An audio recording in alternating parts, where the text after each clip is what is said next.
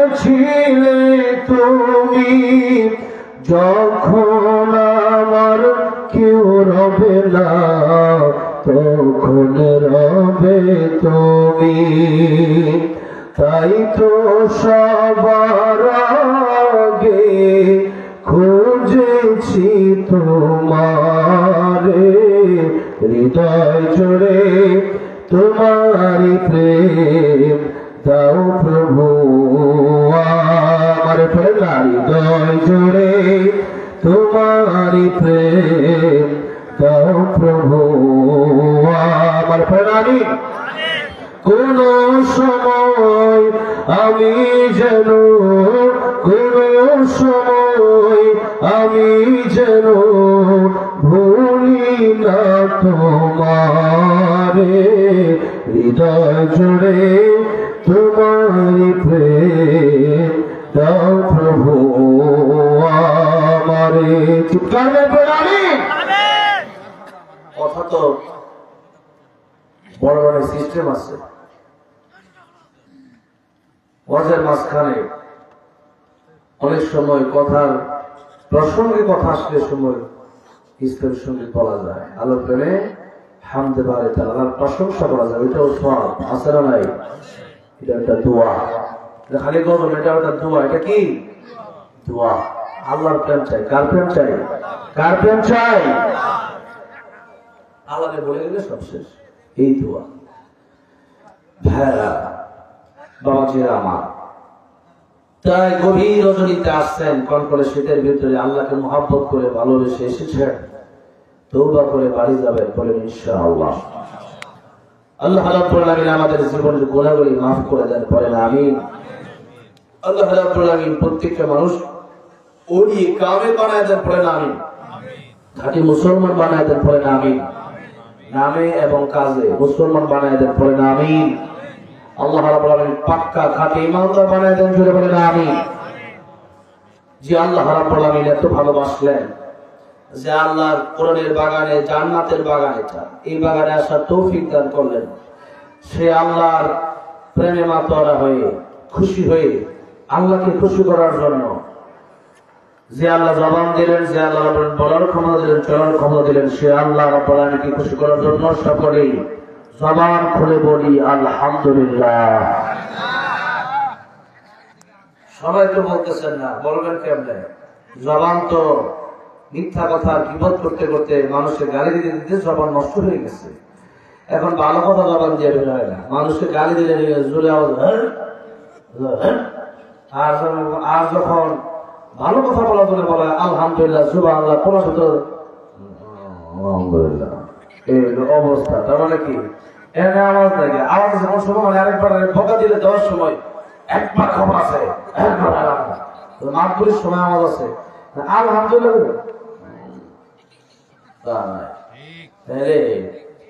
আল্লাহ আলহামদুলিল্লাহ। আল্লাহ নবী বলেছেন পৃথিবীতে যত ফাঁকা জায়গা আছে সব দিয়ে ভরপুর করে দিবেন সুবহানাল্লাহ। এখন যদি বলা হয় 1000 কিলো টাকা দেওয়া হবে, একবার সুবহানাল্লাহ বলে সুবহানাল্লাহ ফেনা তুলে নিতে মুখ দিয়ে ঠিক আছে, ঠিক। কিন্তু এমনি বলবে না, কেন? আখেরাত পরে, আখেরাত পরে। আল্লাহ না, আখেরাতে চিন্তা করতে নেই। এখন মরবেন, ফজরের পরে দাফন করে দেওয়া হবে, কবরে যাবেন। নবী বলেছেন 40 কদম হেঁটে যেতে মানুষ যত সময় লাগে, এতটুকু সময়ের ভিতরে দুইজন ফেরেশতা চলে আসবে। মান রাব্বুকা ওয়া মা দীনুকা ওয়া মা নাবিয়ুকা, এই 3 প্রশ্ন। পারবেন? আল কবরু রাউযাতুম মিন রিয়াদিল জান্নাহ। পারবেন না? আল হুফরাতুম মিন হুফারিন নার। এই যে শুরু হবে, বেশি দেরি না। জান্নাত জাহান্নাম অনেক দূরে না, এখন মরবেন, এখন শুরু হয়ে যাবে। এই জন্য এটা অনেক দূরে না। মৃত্যু কি দূরে না কাছে? মৃত্যু যেমন কাছে, আখিরাত তেমন দূরে না কাছে। তাই এই পরকালের চিন্তা আমাদের করতে হবে। নবী বলেছেন কাইয়ুমান দানা নাফসুহু ওয়া আমিলা লিমা বা'দাল মাউত। প্রকৃত জ্ঞানী তো ওই ব্যক্তি যে ব্যক্তি পরকালের চিন্তা, নিজের চিন্তা করে, পরকালের জন্য আমল পাথর সংগ্রহ করে, পরকালের জন্য আমল সামান গুছায় নেয়। আর এই দুনিয়া এটা তো মুসাফির। এই জয়পুর হাট আসছি, 2-4টা পাঞ্জাবি লয়ে এখন এই পর্যন্ত আসছি, অনেক বেশি কিছু বাড়ি ঘর আঙ্গায় লয়ে নেই। এরপরে বাড়ির থেকে খাট, আলমারি, তারপরে মনে করেন যে আরো যা আছে ফ্যান লাইট এগুলা খুললা কিন্তু নেই। কেন? এখানে আমি আসছি মুসাফির সাথে, আবার ঢাকা যেতে হবে, আবার গাজীপুর যেতে হবে, সুতরাং এখানে আসছি অল্প সময়ের জন্য, আবার ঢাকা চলে যাবো শেষ করে, ঠিক না? কবি বলেছেন ইহা হাম সব মুসাফির হ্যায় ওহি আখির ঠিকানা, कोई आगे रवाना है कोई पीछे रवाना, एक दिन माटिर ভিতরে হবে ঘর রে মন আমার, কেন বন্ধু দালান ঘর রে মন আমার, কেন বন্ধ দালান ঘর। ঠিক না? যারা মুসাফির জায়গা, আর দুনিয়া মাজরাতুল আখিরাহ, নইলে তোমার কাজের জায়গা, এখানে কাজ করবা 2 মাস 3 মাস আলু লাগায় আলু উড়ায়া, বাকি 9 মাস বৈশা বৈশা খায়। আলু দিয়ে 4 টাকা আসে, 9 মাস চলে যায়, ঠিক আছে। আবার আলু সময় না, আবার আলু বলে কাজের জায়গা, কাজের সময় আছে আলাদা। এই দুনিয়া হচ্ছে কাজের জায়গা, দুনিয়া মাজরাতুল আখিরাহ, আখিরাতের কাজ করার জায়গা হলো দুনিয়া। এখানে কাজ করবা, এটার ফল মানে এটার আলু লাউ কদু দান এটা পাইবা আখিরাত থেকে। আলু লাউ কদু মানে এই যে সওয়াব হচ্ছে, এগুলা কি পাবা আখিরাতে। সুবহানাল্লাহ। এই দুনিয়া এখানে আসছে কষ্টের জন্য, এই দুনিয়া আমাদের কাজের জায়গা। নবীজির ঘরে একবার ওমর রাদিয়াল্লাহু আনহু ঢুকছেন, ঢুকে কাঁদতেছেন, বাচ্চা মানুষের মতো কাঁদতেছে। নবীজি ডেকে বললেন, ওমর কেন কাঁদো? ওমর রাদিয়াল্লাহু আনহু বললেন, ইয়া রাসূলুল্লাহ, ইয়া হাবিবাল্লাহ, কাঁদি জন্য আমি আপনার ঘরে এসেছি। বিশ্ব নবী যিনি রাহমাতুল লিল আলামিন, যিনি আল্লাহর পরে যার সম্মান, আল্লাহর পরে যার মর্যাদা, সেই রাহমাতুল লিল আলামিন নবী,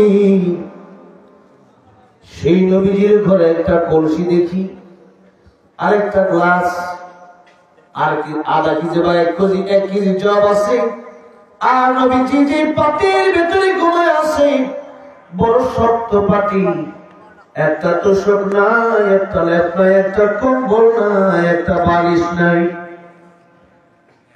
রাসূল করিম সাল্লাল্লাহু আলাইহি ওয়াসাল্লাম নিজের হাত মোবারক বালিশ বানায়া তার উপরে মাথা মোবারক রেখে শুয়ে আছেন পাটির উপরে।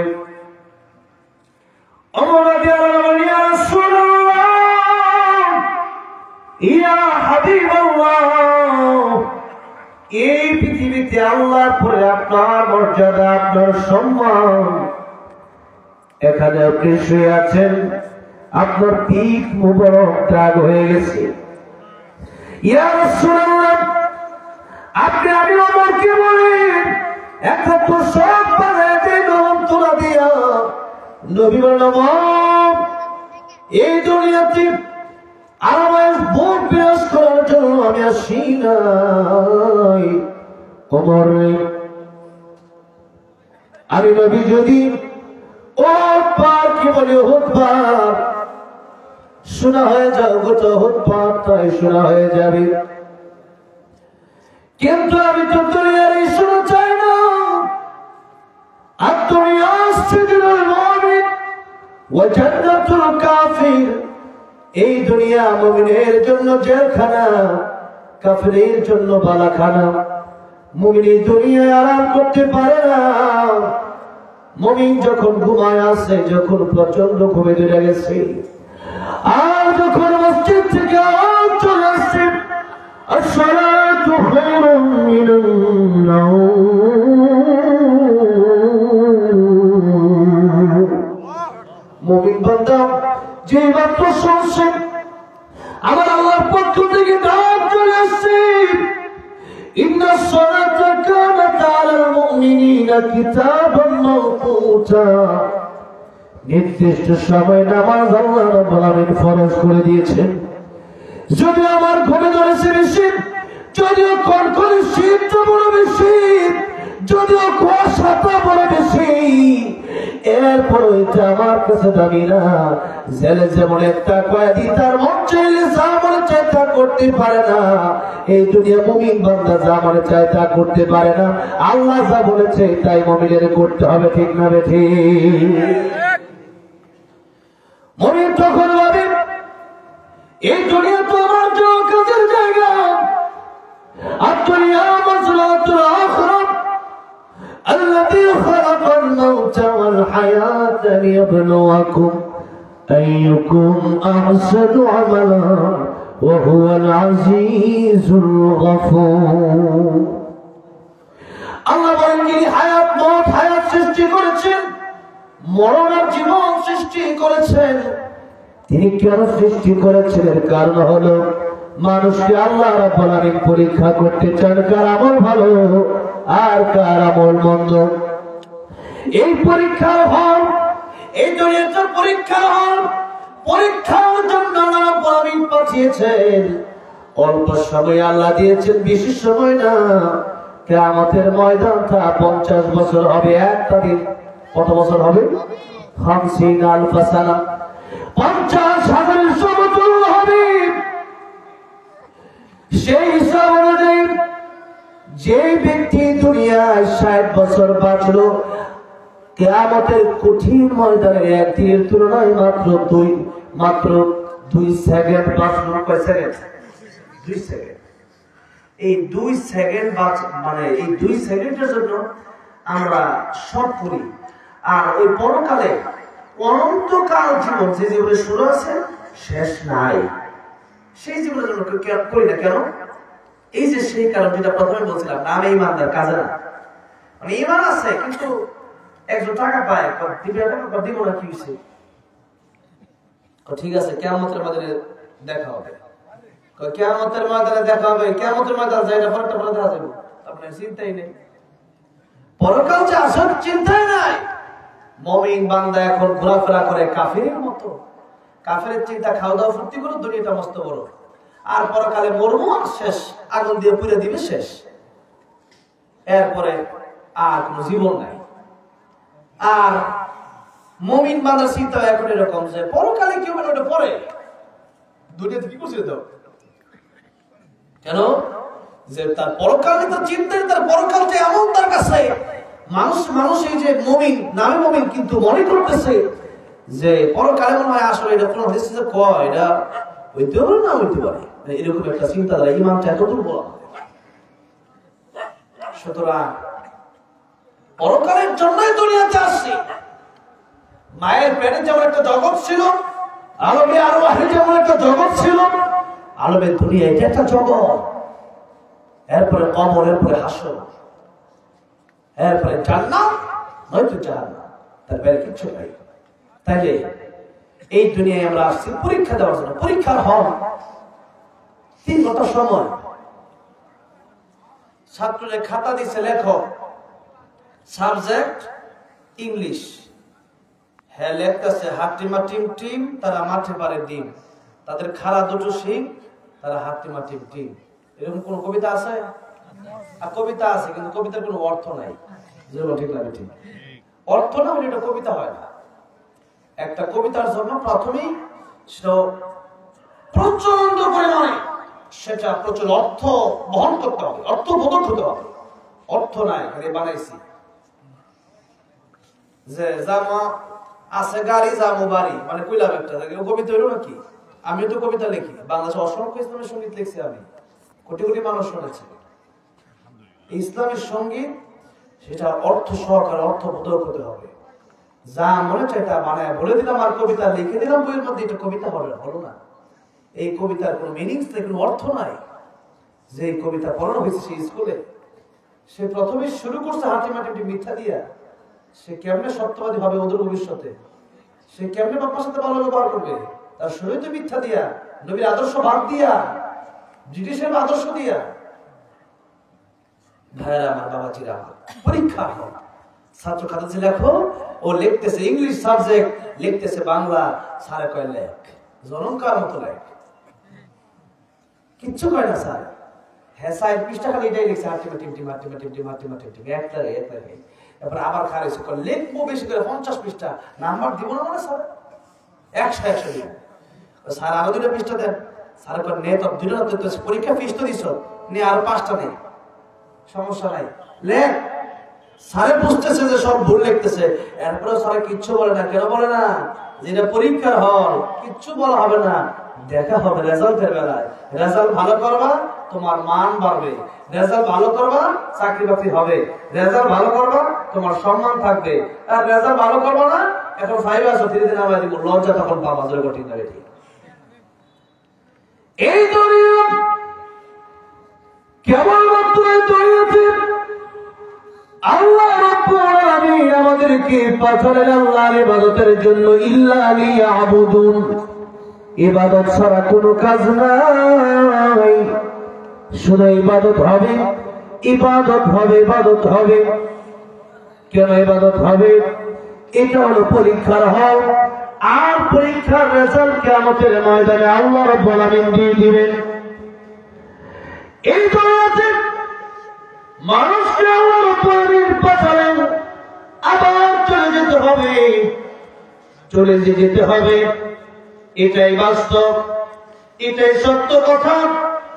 এই দুনিয়াতে নাস্তিকরা আল্লাহকে বিশ্বাস করে না, কিন্তু মরতে একদিন হবে এটা সবাই বিশ্বাস করে। কত ঠিক না ঠিক? মরতে হবে এটা সবাই বিশ্বাস করে, কারণ তার চোখের সামনে দাদা মারা গেছে, চোখের সামনে দাদি মারা গেছে, চোখের সামনে নানা মারা গেছে, নানি মারা গেছে, চোখের সামনে প্রতিদিন মানুষ বিদায় হয়ে যাচ্ছে। সুতরাং আমি যে মরবো না এরকম কথা পৃথিবীতে কেউ বলতে পারবে না। পারবে? এই জন্য নবীজি বলতেছেন এই দুনিয়াতে তোমার 3টা ভাগ আছে। একটা ভাইয়ের নাম ধন সম্পদ, আরেকটা ভাইয়ের নাম আত্মীয় স্বজন, আরেকটা ভাইয়ের নাম নেক আমল। 3টা ভাই। 1 নম্বর ভাইয়ের নাম কি? ধন সম্পদ। কি ধন সম্পদ? এটা মানুষ, এটার জন্য মানুষ পাগল। 2 নম্বর আত্মীয় স্বজন, আত্মীয় স্বজনের জন্য পাগল। 3 নম্বর নেক আমল। নবীজি বলতেছেন এই 2টা যে প্রথম ভাই ধন সম্পদ, মরবার সাথে সাথে এটা আলাদা নাই, তোমার সাথে আর ধন সম্পদ থাকবে না। বরং এটা নিয়ে মারামারি হইয়া এমন হতে পারে যে মানুষের লাশ দাফন করতে পর্যন্ত মানুষ দেরি করে। কেন? যে আগে টিপস হয়নি, এই জায়গা আমার, এই জায়গা তোমার, এই জায়গা হ্যাঁ, এই জায়গা তার, এই যে এই কথাগুলা, এইরকম ঘটনা বাংলাদেশে ঘটে কি ঘটে না? কেন? যে জমি আমার, মরে গেলে যে গরিকা আমার, কোটটা আমি নিব, কোফান জমিটা আমি নিব, মোবাইলটা আমার। এই যে অবস্থা, ভাইয়ের আমার, বাবাজিরা আমার, মরার সাথে সাথে এটার ওয়ারিশ হয়ে যাবে, ধন সম্পদের ওয়ারিশ। আপনাকে আমাকে কাফনের কাপড় পরানো হবে, 3 টুকরা কাফনের কাপড়, যেই কাফনের কাপড়ের কোনো পকেট নাই। এই কুটিটা সিরাজগঞ্জে আমার একজন দিছে, এই কুটির ভিতরে আমি কই না যে আমার পকেট দেওয়া লাগবো, কিন্তু পকেট আছে না নাই? পাঞ্জাবি যখন বানাইছে আমি কই না যে পকেট দিয়ে দিন, আমি এখন পকেট দিছে কি দিছে না? পকেট দুনিয়াতে লাগে, কিন্তু পরকালের কোনো পকেট লাগে না, টাকাও লাগে না। ঠিক না বেঠিক? এই জন্য আল্লাহ নবী বলছেন এই ধন সম্পদ মৃত্যুর সাথে সাথে আলাদা হয়ে যাবে। আর 2 নম্বর যে ভাই তোমার, সেই ভাই আত্মীয় স্বজন, ওই ভাই আলাদা হয়ে যাবে। কখন আলাদা হয়ে যাবে? তোমার লাশ দিয়ে কবরে যখন যাওয়া হবে, কবরে যাওয়ার পরে কিছু মানুষ থাকবে, 1-2 জন থাকবে যারা কবরে নামবে। 1টা 2টা বাস দিনে যতক্ষণ 2টা বাসের জায়গা ফাঁকা আছে, তখন সে আস্তে করে লাফ পেরে উঠে যাবে। কবরে কেউ তোমার সাথে যাবে না। ওই কবরের ভিতরে একটা ভাই তোমার সাথে যাবে। নবী বলেন ওই ভাইয়ের নাম হচ্ছে নেক আমল। নাম কি? জোরে বলেন, ওই ভাইয়ের নাম কি? তাহলে কবরে ধন সম্পদ যাবে না, কবরে আত্মীয় স্বজন যাবে, কবরে যাবে একটা ভাই, সে ভাইয়ের নাম হলো নেক আমল। কি যাবে? এখন বলেন, আমরা ধন সম্পদের জন্য বেশি পাগল না নেক আমলের জন্য? ধন সম্পদের জন্য। আত্মীয় স্বজনের জন্য বেশি পাগল না নেক আমলের জন্য? আত্মীয় স্বজনের জন্য বেশি পাগল। বউয়ের টানে এমন টান, বউয়ের সাথে গল্প করতে করতে নামাজের টাইম নাই, এরপরে ভাইয়ের সাথে গল্প করতে করতে নামাজের টাইম নেই, এরপরে বন্ধুর সাথে লুডু খেলতে খেলতে নামাজ গেছে, ক্যারাম বোর্ড খেলতে খেলতে গেছে, ক্রিকেট খেলতে খেলতে শেষ। তাহলে এই আত্মীয় স্বজন টাকা পয়সা ধন সম্পদ যাবে না? যাবে নেক আমল। তাহলে নেক আমল যদি আমি না করি তাহলে যাবে? করলেই তো যাবে। ভাই আমার, বাবাজি আমার, তাই পরকালীন বিষয়ে আমাদের চিন্তা যেন বেশি হয়। পরকালীন বিষয়ে যদি চিন্তা ভাবনা না হয় তাহলে বিপদে পড়ে যাবে। ভাই আমার, বাবাজি আমার, লম্বা সময় কথা বলতেছি, চাইছিলাম মাস নিয়ে একটু কথা বলবো, আর মাদ্রাসা নিয়ে কোরআন শরীফের শিক্ষার গুরুত্ব নিয়ে একটু কথা বলবো।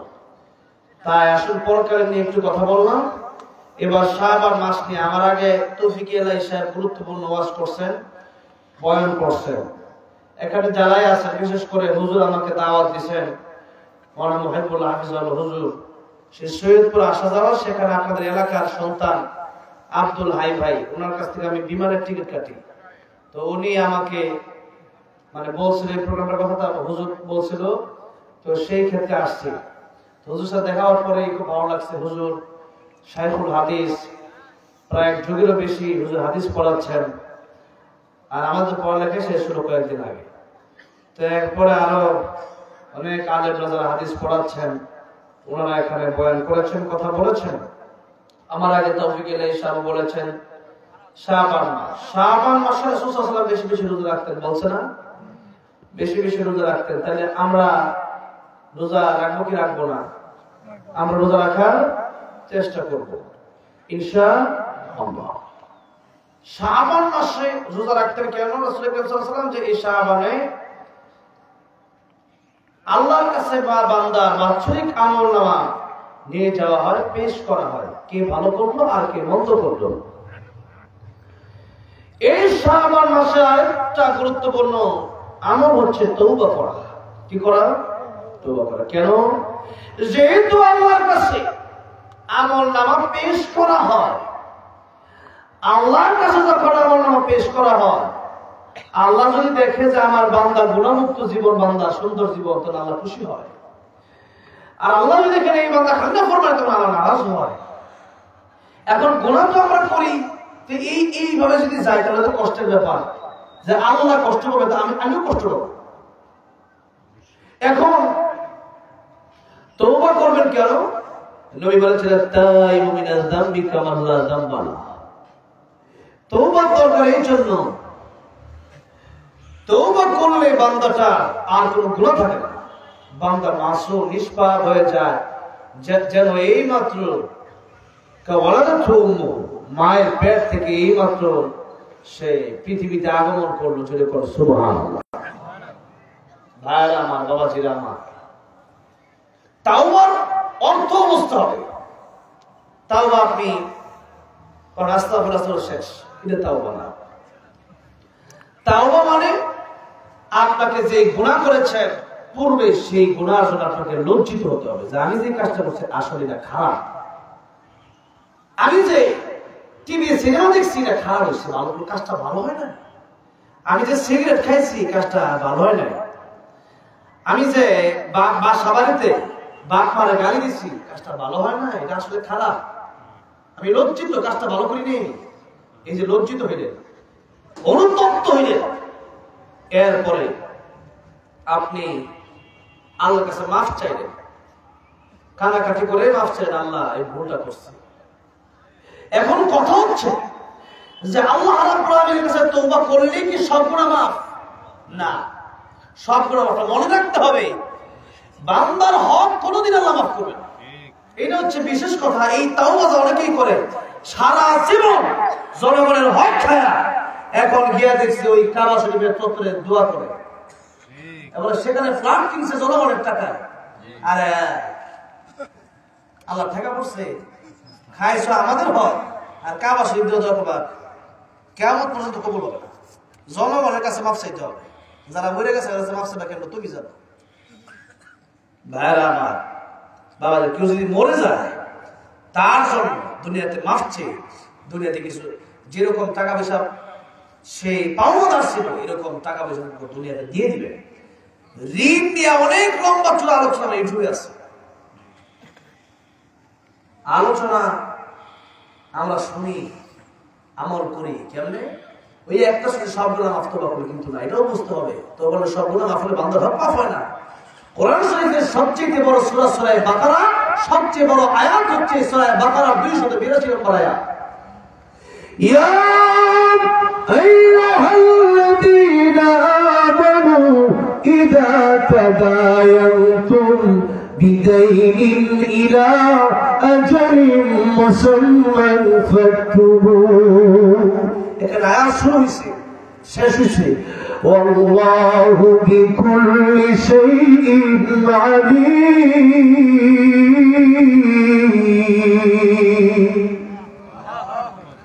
আয়াত শুরু হইছে পৃষ্ঠা শুরুতে, আয়াত শেষ হইছে পৃষ্ঠা শেষে, পুরো এক পৃষ্ঠা জুড়ে কেবলমাত্র একটা আয়াত। কয়টা আয়াত?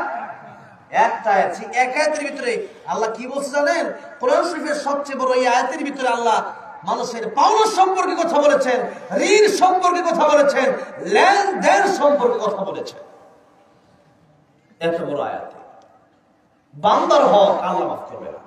আপনি আমার জমি মেরে খেয়ে আপনি মনে করতেছেন যে তওবা করলে মাফ হয়ে গেল, এত সহজ? আপনি আমার 10,000 টাকা পাই পেয়েছেন, আপনি আমার দেন, আমার মনে কষ্ট, আল্লাহ মাফ করবে কবে? আল্লাহ মাফ করবে না। আপনি আমার কাছে মাফ চাইতে হবে। ঠেলাওয়ালাকে ধাক্কা মারছেন, রিকশাওয়ালাকে 200 দেখে হলে দিচ্ছেন, মনে করতেছেন যে আমি তো বড় বাহাদুর, তোমার মতো বুক আর কেউ নাই, তুমি তার পাওদের মাফ চাইবে না, তুমি তার পাওনাদের মাফ চাই না, তোমার মাফ আল্লাহ করবে না। তুমি যাও কাবা শরীফ, তুমি চুমা দিয়া মরার পর্যন্ত বয়ে থাকো, তোমার গুনাহ আল্লাহ মাফ করবে না। গুনাহ মাফ যদি করাতে চাও, যার হক খাইছো তার কাছে মাফ চাও, যার কষ্ট দিয়েছো তার মাফ চাও, যার বিরুদ্ধে গীবত করছো তার কাছে মাফ চাও, তাহলে গুনাহ মাফ হবে না। তওবা করলে সিনেমা দেখছেন, জিনা করে ফেলছেন, গান শুনছেন, মদ খেয়ে ফেলছেন, এই যে এই বিষয়গুলো এগুলো আল্লাহ না করছে আপনি করছেন, এগুলো তওবা করলে মাফ হবে। কিন্তু বান্দার হক খেয়ে ফেলছেন, মাফ হবে না, মাফ হবে না। ভাইরা বাবাজিরা, তাই বান্দার হক এটার গুরুত্ব এটা তো সামান্য মনে করবেন না যে তওবা মাফ হয়ে যাবে। তাই তওবা করার সময় এটাই মনে রাখতে হবে, তওবা করলে তওবার সময় আল্লাহর কাছে যখন মাফ চাইবেন তখন বান্দার হক বান্দাকে বোঝাই দিতে হবে, ঠিক না ঠিক? এই হচ্ছে তওবা। এবং সেই গুনাহ করার ওয়াদা না করার ওয়াদা করতে হবে, সেই গুনাহ তাৎক্ষণিক ছেড়ে দিতে হবে, তখন আপনার তওবা কবুল হবে। আপনি তওবা করেন আল্লাহ মাফ করে দেবেন, এই তওবা না। তওবা মানে আল্লাহ আগে গুনাহ করছি, এটা খুব খারাপ কাজ করছি, আল্লাহ মেহেরবানি করে তুমি মাফ করে দাও, আগামীতে যতদিন বেঁচে থাকবো আর গুনাহ করবো না, আমার মনে আছে না করলে করবো না, এরকম না। আল্লাহ আসলে আমি করবো না, এরকম নিয়ত করে তওবা করলে আল্লাহ মাফ করে দেয়। আর যে ব্যক্তি আসলে খালি তওবা করছে সে ব্যক্তি নিষ্পাপ, মাসুম, তার জীবনে কোনো গুনাহ নাই। আল্লাহ রাব্বুল আলামিন ফাউলাইকা ইউবাদদিলুল্লাহু সাইয়্যাতিহিম হাসানাত, তখন তার গুনাহগুলো আল্লাহ নেকিতে রূপান্তরিত করে দেয়। সুবহানাল্লাহ। তাওবার ব্যাপারে ঘটনা এসেছে বুখারী শরীফের হাদিসে, কিফি এমন কোন গুনাহ নাই যে জীবনে করে নাই। নবীজি কয়েকবার সাহাবায়ে কেরাম রাদিয়াল্লাহু আনহুম আজমাইন এই ঘটনা শুনিয়েছেন। সুদ তার সবচেয়ে বড় গুনাহ ছিল সুদ। ফাদানু বিহারমিন মিনাল্লাহি ওয়া রাসূলিহি, সুদ খাওয়া মানে আল্লাহ এবং আল্লাহর রাসূলের সাথে যুদ্ধ করা। আমাদের সুদ আছে না নাই? ব্র্যাক ব্যাংক আছে না নাই? অভাব নাই। সুদ সুদ যে কেমনে খাইতেছে, ইন্টারেস্ট করে সুদ খায়, কেমনে সুদ খেতে জানেও না। এই জন্য ব্যাংকে লেনদেন করার আগে পরিপূর্ণ হয়ে নেবেন যে ব্যাংকে লেনদেন করতেছি এদিকে আমার সুদের সাথে সম্পৃক্ত আছে কিনা। এরপরে বছর শেষে 1 লাখ দিয়ে দিচ্ছে আন্তাজি, এত সহজ। এই জন্য সুদ আল্লাহ হারাম করেছেন, ব্যবসাকে হালাল করেছেন। ব্যবসা করেন, সুদ ছাড়েন। নবীজি নিজে ইহুদির বাড়িতে কাজ করছে গিয়া ইহুদি নবীকে থাপ্পড় মারছে, নবীজি পাল্টা আঘাত করেন না কেন? নবীজি সুদ রাখলা আর কাজ করছে কেন? হালাল খাওয়ার জন্য। নবীজি আল্লাহকে বললেই পারতো আল্লাহ ও শোনা আমার আদর্শ দিয়ে দিল আল্লাহ দিয়ে সব নবীজি কাজ করে দেখেন তোমরা কাজ করে খাও। এই হালাল এটাই শান্তি। এই হালাল রুজি রুজি রোজগার করো ফায়দা কুদিয়াতিস সালাতু ফান্তাশিরু ফিল আরদ ওয়াবতাগু মিন ফাদলিল্লাহি ওয়াযকুরুল্লাহা কাসীরান লাআল্লাকুম তুফলিহুন। নামাজ পড়ছেন এখন হালাল রিজিক কামাই করেন, এটাই ইবাদত। এটাই কি ইবাদত। দান দিতে কাজ করতেছেন ইবাদত, গাড়ি চালাচ্ছেন ইবাদত, ইবাদত হচ্ছে হালাল কামাই করতেছেন এটাই ইবাদত। জেনা ব্যভিচারের শাস্তিটার কথা একটু বলবেন। জেনা ব্যভিচারের শাস্তি এটা সম্পর্কে একটু জেনা কি এলাকায় বেশি নাকি? হ্যাঁ, ওই কথা ওরা মনে করে খুব ইজিলি ভাবে মাপ পাওয়া যাবে। হ্যাঁ কি বলবো আল্লাহ আজকে আসলে অনেক কথা আছে, কথা তো অনেক। সারা শরীরে গা ওষুধ দিব কয় জায়গায়, ঠিক না? ওরা শরীরে ওষুধের ভিতরে ডুব দিতে হইব, ওষুধের ভিতরে কি দিতে হইব? ডুব দিতে হইব, ভালো হইতে পারে। সারা শরীরে গা ওষুধ দিব কোথায়, মলম লাগাবো কোথায়? ভাই বললো জিনার ব্যাপারে বলতাম। জিনার ব্যাপারে আসলে আমি তো ওয়াজ থেকে কথার প্রশ্ন করতে থাকি, আর ওয়াজ করতে গেলে তো এই স্টেজে 14 বছর ধরে আসছি। 2010 সাল থেকে স্টেজে উঠছিলাম, বয়স হলো কেবল 14 বছর। কিন্তু এই বয়সে 60 বছর বয়স যখন মুইতা দিই তখন বাপে নামাজ দিছে, হুজুর দিছে 5 বারি, বাপ পাইতেছে কিন্তু তখন 10 বারি, 10 বারি, কয় বারি? 10 বারি। লিখে মাঝে 5 বারি খেয়ে থাকবা থাকো, তাই মাঝে ডাল খাবে, এরা খাওনি নাই। আগের কষ্ট করে মানুষ হইছে, মানুষের দোয়া নিয়ে মানুষ হইছে, এখন তো সেই কষ্ট নাই, আছে সেই কষ্ট। 14 বছর স্টেজ, 10 সাল থেকে কোরআন তেলাওয়াত করে জাতীয় পর্যায়ে পুরস্কার পেয়ার করে কোরআন তেলাওয়াত শুরু করলাম টেলিভিশনে। আজকে 2000 কি এখন 2025 সাল নাকি? 25 সাল, 14 বছর হয়ে গেল। 6 বছর ধরে এই ওয়াজ করতেছি। ওয়াজ করতে করতে এখন আমি আমার স্টেজে উঠলে বড় বিষয় কহজুরি জানেন, কিন্তু নিয়ম হলো যখন বক্তাকে দাওয়াত দেওয়া হয় তখনই বলে দিতে হবে এই বিষয়ে আপনি ওয়াজ করবেন। কারণ এটা কেন, আমি এক ওয়াজ মাহফিল একবার গেছি, যাওয়ার পরে আমি আলোচনা করব, এক সূরার তাফসীর করব, আমার আগে দেখি হুজুর ওই সূরার তাফসীর করতেছে। সাথে সাথে আধা ঘন্টার ভিতরে আমি অন্য হাদিস এরপর আয়াত মুতালা করে এরপরে আমি করলাম, মানে আবার আলোচনা সাজায়ের পরে স্টেজে আসলাম। তাইলে এই যে এটা আগেই বলে দেওয়া দরকার, এলাকার কি পরিস্থিতি আমি তো জানি না। যেমন আমাদের গাজীপুরের এক অবস্থা, আপনাদের জয়পুর হাটের এক অবস্থা, আবার সিলেটের আরেক অবস্থা, এক এক দেশের এক এক অবস্থা। তারপরেও আমাকে যখন যে কোনো বিষয়ে বললে আমি সাথে সাথে বলতে পারি আল্লাহ, সে অল্প হলেও তো বলতে পারবো, কারণ এই ওয়াজ করতে করতে মনে হয় না এমন কোনো বিষয় বাদ আছে যেটা কই নেই। আলহামদুলিল্লাহ, ওয়াজ তো কোনো বাদ রাখছি না। মোটামুটি কোরআন শরীফের হাফেজ হয়েছে, এই জন্য একটু সুবিধা হয়েছে আর কি। এখন এক আয়াত পড়লে ওয়াজ আরেকটা যায়। কোরআন তো এত সুন্দর, এক আয়াত পড়লে সাইদি সাহেব ওয়াজ করতেন, একটি সুন্দর ওয়াজ কয়জনে করে? সাইদি সাহেব ওয়াজ করতেন, সেই ওয়াজ কি আছে নাকি? ওয়াজ করে আরেকবার গীবত করে, ওয়াজ করে হ্যাঁ বলো না, হ্যাঁ বলো না, নানান ধরনের সমস্যা, আর নিজের প্রশংসাই করতে করতে শেষ। আর ওয়াজ করতে আল্লাহ সাইদি আমাদের কোরআনের এক আয়াত পড়তো, আরেক মিনিট আরেক আয়াত, প্রত্যেক মিনিটে মিনিটে কোরআন আয়াত জুড়ে ঠিক না বেঠিক কোরআনের তাফসীর ওয়াজ করতে আল্লাহ সুবহানাহু ওয়া তাআলা আনসারী রাহমাতুল্লাহ আলাইহি সেই বিবারিয়া ওয়াজ করতে দিলাম। সেই ওয়াজ যাই হোক আগে বলে দেওয়া ভালো, তারপরে এলাকার যে পরিস্থিতি ওইটা বললো ওইটার ওয়াজও করা দরকার। কারণ আপনাদের এলাকায় মনে করেন সুদ নাই, আমি সুদ সম্পর্কে বলতে লাভ কি আছে যে না, এখন ওইটার সম্পর্কে আলোচনা করা বেশি দরকার। আমাদের যে সমাজের আগে বক্তা গিয়া বুঝে যে এলাকার কোন সমস্যা ওইটা কয় না, কেন ওইটা কইলে যদি পিঠও বাড়িয়ে ওইটা কয় না, কথা বলছেন, ওইটা কয় না। আর বাকি রকম যদি হুজুর আঙ্গ এলাকা শেরিক বেদাত আছে, মাজার আছে, মাজার পূজা আছে, কবর আছে। আমি আসার সময় মাজার এই যে শাহ সুলতান মাহমুদ আসতেছিলাম, তো ওনার কবরের মাজারের পাশেই লেখা আছে সেজদা দেওয়া নিষেধ। আমি এই ভিডিও আজকে ছাড়ছি আমার ফেসবুকে, এর মধ্যে আরেকজন মেরে দিচ্ছে। তাহলে এই যে অবস্থা, তো এখন হুজুর আগে আইব ওয়াজ কেন মাজার আছে, আচ্ছা মাজারের বিরুদ্ধে কিছু কেন না, আচ্ছা ঠিক আছে, এটা বান্দা সব করি আইসে কেন আওয়ামী লীগের নেতা বিএনপি নেতা হুজুর ও রাজনীতি সারা কেন আচ্ছা ঠিক আছে তা ব্যাপার না মানে ওই না হিডা করতেও বেশি যেটা দরকার বেশি জোর করে হিডা বেঠি আমার অ্যালার্জি আছে আমার নিম পাতার রস খেতে তিতা লাগতে পারে তবে নিম পাতার রস খাইলে আমার জন্য ভালো ওইটা আমার খাইতে হবে জোর করে ঠিক আছে ওইটা আমি খাবো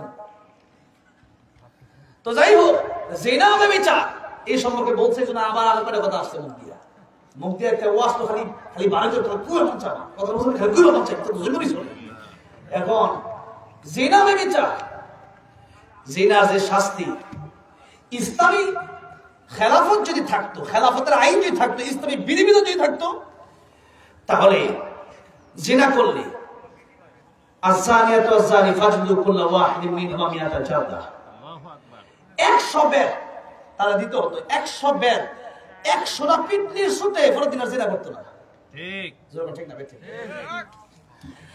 এটা হলো যারা অবিবাহিত যারা বিয়ে করে নাই এরা যদি জিনা করে শাস্তি আর যারা বিয়ে করছে এরপর জিনা করে এদের শাস্তি কি এদের শাস্তি হইলো এদেরকে অর্ধেক এই যে মাটি খুঁজ দিয়া কোদাল দিয়া গর্ত কইরা সাপল দিয়া গর্ত কইরা তারে অর্ধেক কবর পর্যন্ত ঢুকাই দিতে হবে এরপরে 15-20 জন এলাকাবাসী মিললে এর পাথর মারতেই থাকবে যতক্ষণ তার মরণ না হচ্ছে মাথা ফাইটটা সসির হয়ে মরে দেবো সব গোশত টুকরো টুকরো হইব এরপর শেষ আল্লাহু আকবার মাশাআল্লাহ আর এই শাস্তির কথা শোনার পরেও যারা জিনা করবে এরা করুক এই শাস্তি অবস্থা বুঝা যে এই শাস্তি আমার দেওয়া হবে ঠিক ইসলামী খেলাফত নাই এই জন্য এই বিচার নাই ইসলামী খেলাফত নাই বিয়ে নাই জিনা আছে ইসলামী খেলাফত নাই যার কারণে 18 বছর বয়স এক মাস কবরে পুলিশ গেছে আর 11 বছরের মেয়ে জিনা করে ওইটা পুলিশ খবর নাই 11 বছরে জিনা করতে পারবো 14 ফেব্রুয়ারি পার্কে টুনাটুনি গাছের ভিতরে বাদল সবাইতে পারবো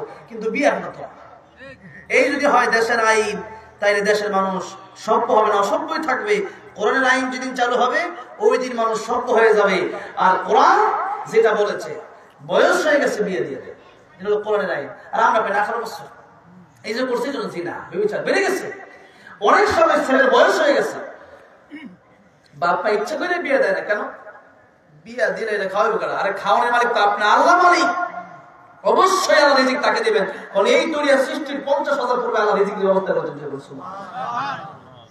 তাহলে আমি যদি মনে করি খাওয়াবে কি তা আপনাকে খাওয়ানো কি আপনার একটা মেয়ে হলে আপনার 5 জন সন্তান 6 জন থাকতে আপনি খাওয়াতেন কোন থেকে ভাইরা আমার বাবাজিরা এই জন্য নিয়ম হলো জিনা বন্ধ করার জন্য 1 নাম্বার শর্ত হচ্ছে এই দেশে পর্দা কায়েম করতে হবে ঠিক আপনার মেয়ে পর্দা করে না যেটা তো হবেই কারণ আপনার মেয়েকে আপনি ছেড়ে দিয়েছেন ওই যে 11 বছরের মেয়েকে ছেড়ে দিছে আর হাসপাতাল থেকে বের হয়ে গেছে আরেক ছেলের সাথে এই নৌকা আসছে নৌকা বরিশালের ভাই আছে নৌকা 11 বছরের মেয়ে কেমনে গেছে ছেড়ে দিছে এই অবস্থা হলে সমস্যা মেয়েকে যেতে সাথে সারা যাবে না ছেলেকে যেতে সাথে সারা যাবে না তো তাকে পর্দা আপনি না করলে আপনি গুনাহগার হবেন পর্দা করবে না আমার বাড়িতে তোমার খাবার নাই ঠিক আল্লাহর কোন আইন মানবে না তোমার কিসের খাবার আবার তেজ্য করে দিতে হবে তখন যদি না মানে কেন আল্লাহর কোন মানবে না কিয়ামতের মধ্যে আমার বিরুদ্ধে বিচার দায়ের করবে তা হবে না এই জন্য মেয়েকে পর্দায় রাখেন স্ত্রীকে পর্দায় রাখেন ছেলেটাকে কোরআন শিখান কোরআন না শিখলে এই ছেলে জিনা থেকে বাঁচতে পারবে না বিয়ে না করলে ছেলে জিনা থেকে বাঁচতে পারবে না কুত্তাটা একটু সরা দাও কুত্তা গায়ে আওয়াজ শুনবার লাগে আইতেও পারে আসাবে কাবে কুত্তা জানাতে যাবে যেরকম ঠিক না ঠিক আর মানুষ তো বোঝে না মানুষ বুঝে না মানুষ তো আলাদা কথা কাল আমি বানবো মাতর কেন মানুষ তো পুকুরের সেই নিকৃষ্ট কে বলেছেন আল্লাহ কেন মানুষ মালিক ছিলেন না মানুষ কোরআন শুনতেছে কুত্তা এমন ওয়াজ শুনতেছে যেরকম সুবহানাল্লাহ কুত্তাও বুঝে মালিক ছিলেন কিন্তু মানুষ মালিক ছিলেন না ঠিক না বে ঠিক তো যাই হোক এই যে অবস্থা প্রথমেই হচ্ছে পর্দা দ্বিতীয় নাম্বার হচ্ছে বয়স হয়ে গেছে ওই বাংলাদেশের আইন কি বলছে ওটা দেখা যাবে না আল্লাহর কোরআনের আইন কি বলছে বয়স হয়েছে ছেলে বিয়ে করতে মন চাচ্ছে আপনি টাইম পাস পাইতেছেন যে ছেলে বিয়ে করতে যাচ্ছে বিয়ে করেন বিয়ে করার জন্য কি হবে আপনি বলছেন না এখন বিয়ে করা যাবে না সাবধান ছেলের বয়স 30 বছর এবার আর কি বিয়ে করে কি করতো হ্যাঁ 30 বছর পর ঠিক আছে বিয়ে দরকার নাই এখন 30 বছর পরে বাপকে বিয়ে করো বিয়ে করে কি করবো বিয়ে ছাড়াই তো সব চলতেছে কথা কয়টা কি দিবে এই যদি হয় অবস্থা তাহলে জিনা বাড়বেই ঠিক ভাইরা আমার বাবা আর পরকীয়ার আরো অনেক কারণ আছে যেমন কোরআন শরীফে 4 বিয়ে জায়েজ আছে এটা বলে তো অনেক মনে রাগ করবো কি কর।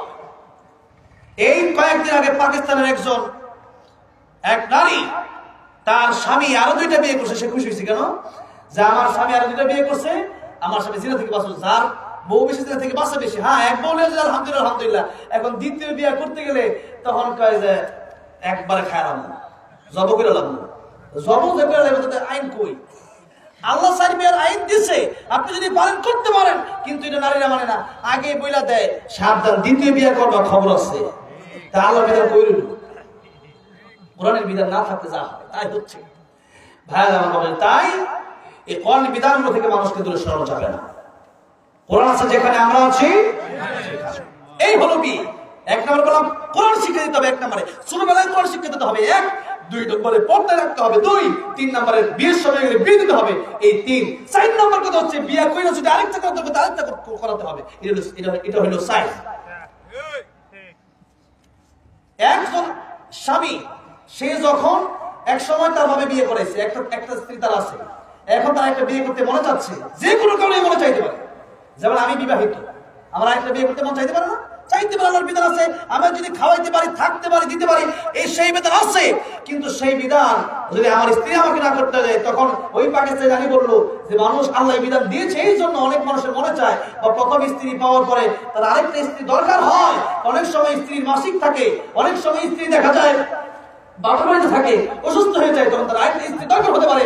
তখন সেই স্ত্রী সে না পেলে সে অন্য মেয়ের কাছে জিনা করতে সে বাধ্য হয়ে যায়। কোরআনের বিধান আপনি মানবেন না, আপনি বলবেন হুজুর এগুলো ওয়াজ, এগুলোই তো ওয়াজ। কোরআনের কথা বলতে সব কিসের কথা বলতেছি?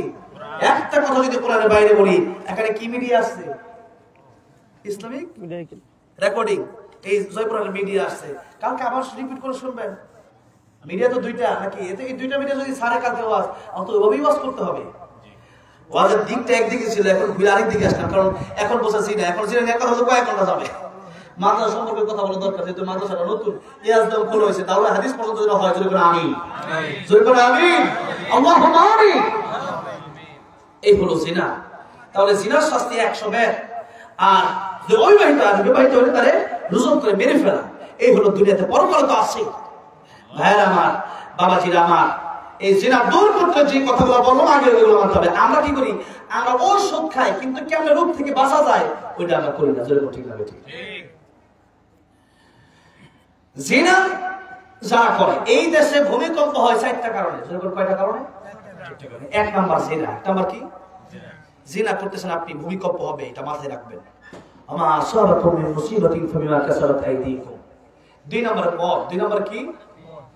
3 নম্বরে গান বাজনা। 4 নম্বরে নর্তকী নাচ। এই 4টা কারণে দেশে ভূমিকম্প হয়। জিনা, মদ, গান বাজনা, অশ্লীলতা, নাচ, এই 4টা কারণ। এই 4টা আমাদের দেশে তো নাই, অভাব নাই, অভাব নাই। যেরকম ঠিক না ঠিক? এই 4টা কাজ বন্ধ করতে হবে। যেখানে গান বাজতে হবে গিয়ে প্রতিবাদ করতে হবে যে গান চলবে না, তগর লাগিয়া, তগর গানের কারণে, তগর অশ্লীলতার কারণে আমাদের দেশে ভূমিকম্প হবে, আমার বিল্ডিং ভাঙবো, আমার ঘর ভাঙবো, ওইটি দিব না। আলহামদুলিল্লাহ আমার ভাই করে এরকম, সবাইকে নিয়ে যারা করেন তাদেরকে বলতেছি, এটা তো করতে হবে। যেরকম ঠিক না ঠিক? তাহলে জিনা করার কারণে দেশে ভূমিকম্প আসে, আল্লাহর গজব আসে। জিনার কত বড় শাস্তি আল্লাহ কোরআনে বলেছেন, সেই শাস্তি কথা চিন্তা করে আপনি জিনা বন্ধ করেন। ভাইরা আমার, বাবা এর সামনে যায়, শাবান মাসের কথা ঢুকতে চাইছিলাম, তার আগে আবার হুজুর যেটা বলেছি বললাম। শাবান মাসের রাসূল রোজা রাখতেন বেশি, এই জন্য যে আল্লাহর কাছে আমলনামা পেশ করা হয়। সেখান থেকে বললাম যে তাওবা করতে হবে। কেন? কারণ আমাদের জন্য তাওবা অবস্থায় আল্লাহর দরবারে আমলটা পেশ হয়। আর আত-তাইবু মিনাজ যামবি কামান লা যামবালা, আল্লাহর কাছে যখন আমলনামা পেশ হবে তাওবা অবস্থায়, আল্লাহ যখন দেখবে বান্দা তওবা করছে, তখন আল্লাহ খুশি হবে। আমার আল্লাহ রাব্বুল আলামিন খুশি মানে কি? আল্লাহুল মাওলা ফারাহুল কুল, যে ব্যক্তি আল্লাহকে পেয়ে গেল তার কিছুর প্রয়োজন দুনিয়া তার কাছে চলে আসবে অটোমেটিক। এবার আসুন আল্লাহ নবী রাহমাতুল লিল আলামিন শাবানের গুরুত্ব দিয়ে বললেন, শাবান শাহরি ওয়া রমাদান শাহরুল্লাহ। শাবান মাস আমার মাস, আর রমজান মাস হলো আল্লাহর মাস। শাবান মাস নবীর মাস, আর রমজান মাস আল্লাহর মাস। বাকি 10 মাস তাইলে কার? সব মাসই তো আল্লাহ। কথা ঠিক না ঠিক? শাবান নবীর আর রমজান আল্লাহ, তা 10 মাস বাকিরা হয়ে গেল, তাহলে 12 মাসই তো আল্লাহ, ঠিক না ঠিক? তারপরে কেন বললেন? আব্দুল কাদের জিলানী রাহমাতুল্লাহি আলাইহি এই হাদিসের ব্যাখ্যায় তিনি লিখেছেন, রমজানের পরে 11 মাসের ভিতরে শাবান মাসের দাম কেমন? মাখলুকের ভিতরে আল্লাহর পরে যেমন নবীর সম্মান, এই পৃথিবীর সৃষ্টির শ্রেষ্ঠ যিনি, তামাম পৃথিবীর মাখলুকের মধ্যে যিনি, খালিকের পরে যার সম্মান, আল্লাহর পরে যার সম্মান, সেই নবী রাহমাতুল লিল আলামিন নবী। নবীর উপরে আল্লাহর পরে আর কারো সম্মান নাই। তাই আল্লাহ রাব্বুল আলামিন নিজের ব্যাপারে যে শব্দ ব্যবহার করেছেন, নবীর ব্যাপারে একটা শব্দ ব্যবহার করেছেন। যেমন আল্লাহ রাব্বুল আলামিন নিজের ব্যাপারে বলেছেন আলহামদুলিল্লাহি রাব্বিল আলামিন। আর আমার নবীর ব্যাপারে এই আলামিন শব্দ ব্যবহার করে আল্লাহ রাব্বুল আলামিন ঘোষণা দিচ্ছেন ওয়া إلا رحمة للعالمين رحمة للعالمين نبي জিবে আমার দয়ার নবীর শান। খারাপ করতেছে যখন অনেক সময় বন্ধ করে আছে, নবীর প্রেম মাঝে মধ্যে গাইলে গাইতে পারবেন না, বলেন না রাহমাতুল লিল আলামিন নবী, রাহমাতুল লিল আলামিন নবী, কোরআনে প্রমাণ, আশিক দিলে কে বুঝিবে আমার দয়ার নবীর শান। নবী আমার মদিনারি বুলবুল, আমার ভালোবেসে নামটি দিলেন মুহাম্মদ রাসূল। আল্লাহু আকবার। ওই নবীকে ভুল বুঝিলে, ওই নবীকে ভুল বুঝিলে থাকবে না ঈমান। আশিক দিলে কে বুঝিবে আমার দয়ার নবীর শান। বলেন আশিক দিলে কে বুঝিবে আমার দয়ার নবীর শান। আমার ভাইরা বন্ধুবান্ধব, এই পৃথিবীতে আল্লাহর পরে तमाम পৃথিবীর সমস্ত মাখলুকের উপরে আল্লাহ নবীকে আল্লাহ রাব্বুল আলামিন সম্মান দিয়েছেন। ওয়ারফা'না লাকা যিকরাক। আমার নবী যেমন সমস্ত মাখলুকের মধ্যে খালিকের পরে মাখলুকের ভিতরে তিনি সৃষ্টির শ্রেষ্ঠ।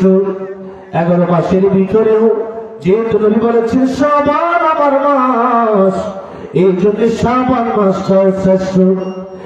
আর মাখলুকের উপরে যেমন আল্লাহর দান, 12 মাসের ভিতরে সবচেয়ে শ্রেষ্ঠ মাসের নাম হলো রমজান মাস।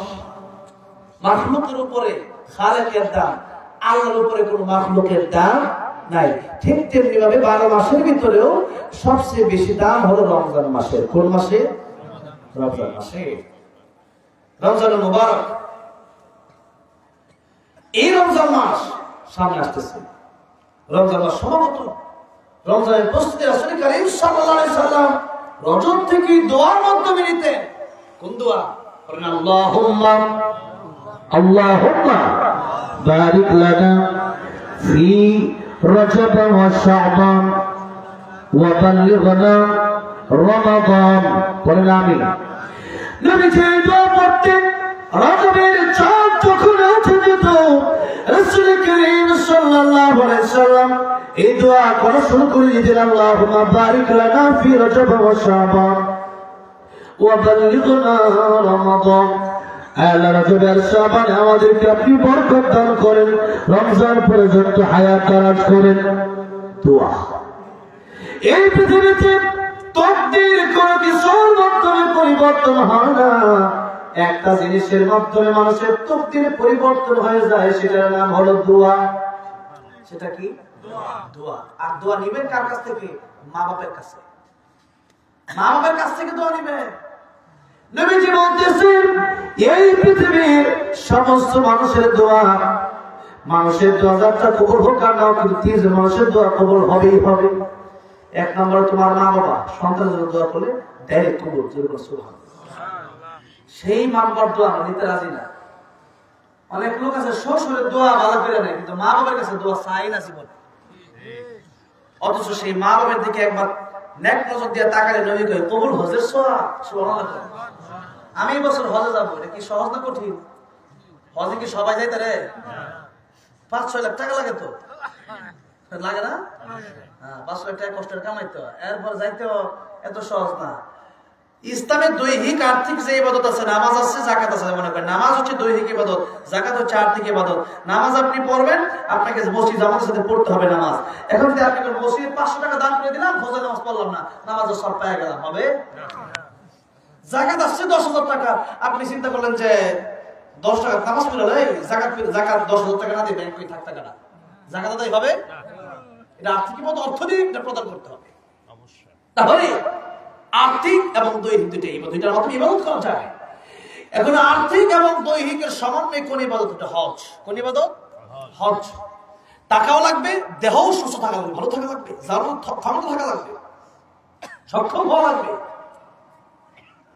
টাকা আছে, টাকা দিলে আবার ফিঙ্গারপ্রিন্ট দিতে হবে, পাসপোর্ট অফিস দিতে হবে, পাসপোর্ট করতে হবে, বিমানের টিকিট কাটতে হবে, লম্বা সময় জার্নি করতে হবে, এরপর তাওয়াফ করতে হবে, সাই করতে হবে, মিনা দিতে হবে, মুজদালিফা দিতে হবে, আরাফার ময়দানে দিতে হবে, কুরবানি দিতে হবে, অনেক কাজ। এত কাজ করার পরে হজ কবুল হয়েছে কি হয়েছে না জানি না, জানি। কিন্তু নবী বলেন সাহাবীরা একবার মা বাবার দিকে এক নজর দিয়ে তাকাও, একটা কবুল হজের সওয়াব হয়ে যাবে।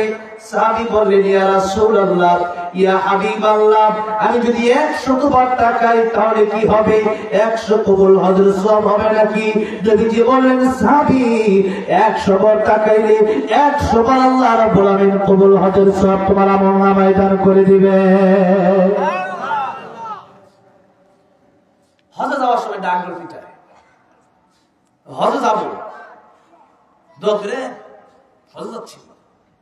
আর মা বাবার দিকে হজে যাওয়া যায় বছরে একবার, জিল হজ মাস, যেটা বলতেছিলাম, জিল হজ মাসে হজে একবার যাওয়া লাগবে, জিল কত মাস চলে যাবো, আবার জিল হজ মাসে হজ করে আবার আসবো।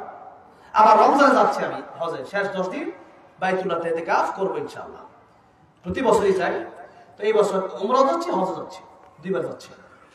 তো রমজানের শেষ দশকে গেলে এটা কি হজ হবে? এটা উমরাই হবে। এটা কি হবে? উমরা হবে। হ্যাঁ, সবার বেলায় পার্থক্য আছে। রমজানে একটা মানে নফল করলে একটা ফরজের সওয়াব, এবং আবার একটা ফরজ করলে 70টা ফরজের সওয়াব, এটা পার্থক্য আছে। তবে কথা হচ্ছে রমজানে গেলে কি হজ আদায় হয়ে যাবে? হবে না। এটা ওই যে নির্দিষ্ট সময় করতে হবে। বছরে হজ করা যায় একবার, আর দৈনিক মা বাবার দিকে তাকানো যায় কয়বার? বহুবার, যত ইচ্ছা ততবার। এতবার মা বাবার দিকে তাকাইলে কবুল হজের সওয়াব হয়। ওয়াজ তো শুনলেন, এবার বাড়ি গিয়ে ঘুমান খালি, মা বাবার দিকে চাওয়ার দরকার নেই। মা ডাক দিলে শুনতে চাই আমাদের সময়, মা কয় কিরে জসিম কই যাস? ডাক কিনে গিয়া একটু শুনে যা, কি হয়েছে কও। মা হইলে এনো হে হইলো আরেক গাছের দেওয়ালে ভি পারে, আইতারে না, আসতে পারে না, কি হয়েছে? ডাকি একটু সমস্যা, একটু শুনে যা। কাজ হতাম না, কি হয়েছে তাড়াতাড়ি কম, সময় নাই। মা ডাক দিছে, তোর সময় নাই। আর 12টার সময় প্রেমিকার সাথে কথা বলা শুরু করছে, হ্যালো, ফজর আজান দিছে, খবর নাই। কথা কয় নাকি? এরকম তো না, এরকম প্রেমিক লোক নাই দেশ। ফজর আজান দিছে, আজান দিছে, এখন ঘুমাই, এখন ঘুমাই শুরু হচ্ছে, এখন 12টার সময় উঠছে, আবার রহমতের আশা করে। এত বিপদ কে দিকা? বিপদ হইতো না, তুমি কি করো? মা বাবার দিকে চায় না, রহমত আসবে কেমনে? প্রেমিকার দিকে চায়, ভিডিও করে চোখ সরায় না। আর মা বাবার দিকে চায় তারা না, চাইলে মনে হয় যে খালি ঝামেলা আমার ডাকতেছে আরে খালি ডাকে খালি যা খালি এত ঝামেলা খালি কয়েকটা জুতা লাগবো দিচ্ছে কয়েকটা জ্যাকেট লাগবে কি এত কিছু সরল লাগে এত কি চিন্তা করে দেখেন মা কইছে জুতা লাগবো বাপ কইছে একটা জ্যাকেট লাগবো এই দুজন কে এত কি আর বউ কইছে একটা স্বর্ণের চেইন লাগবো নেও এটা নেকলেস লাগবো নেও গড়ি লাগবো নেও আর কি দরকার করো না গেলি গিয়া বউর সব দিয়ে মা বাপরে দিতে গেলে যা মা বাপরে আজও মনে করতেছে অথচ মা বাবা হচ্ছে রহমত অমর সম্পদ পৃথিবীর কোন মানুষের দিকে তাকালে কবুল হজের সওয়াব হবে না মায়ের দিকে বাপের দিকে একবার তাকালে একটা কবুল হজের সওয়াব আপনি দিনে 500 বার তাকাবেন 500 কবুল হজের সওয়াব আর আপনি সেই বাবার দিকে না তাকায়া ওই দিকে তাকিয়ে আসেন ওই দিকে এত চিন্তা বাবার দিকে আপনার চিন্তা নাই হুমা জান্নাতুকা হুমা নারুকা বাপ্পা তোমার জন্য জান্নাত বাপ্পা তোমার জন্য জাহান্নাম বাপ্পারে খুশি করো আল্লাহ খুশি হবে বাপ্পারে কষ্ট দিবা আর নারাজ হবে তোমার জন্য জাহান্নাম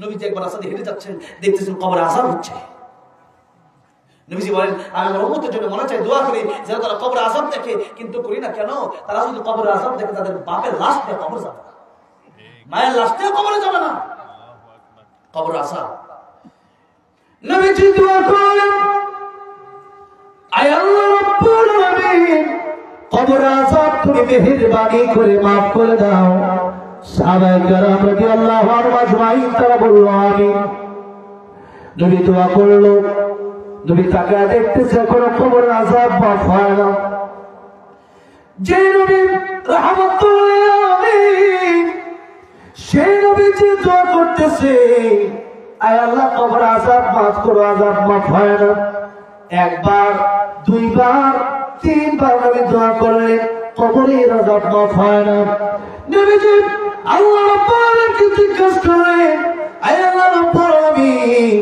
আমার দোয়া তুমি কেন কবুল করো না আমি দোয়া করলে তো দোয়া করতে দেরি হয় কবুল হতে দেরি হয় না আর আল্লাহ রাব্বুল আলামিন জিবরাইলকে বলল জিবরাইল যাও আমার নবীকে গিয়ে বলবা কিয়ামত পর্যন্ত যদি আমার নবী দোয়া করে তার মা যদি তারে maaf না করে আমি আল্লাহ তারে maaf করব না আল্লাহু আকবার আমার নবীজি তার বাড়িতে খবর পাঠানোর পর দেখলেন তার মা এখনো বেঁচে আছে নবীজি বললেন তার মাকে ডাকো তার মা যখন সামনে আসলো নবীজি বললেন ও যুবকের মা তুমি কি যুবকের মা বলে হ্যাঁ আমি যুবকের মা তুমি কি তারে maaf করে দিবা না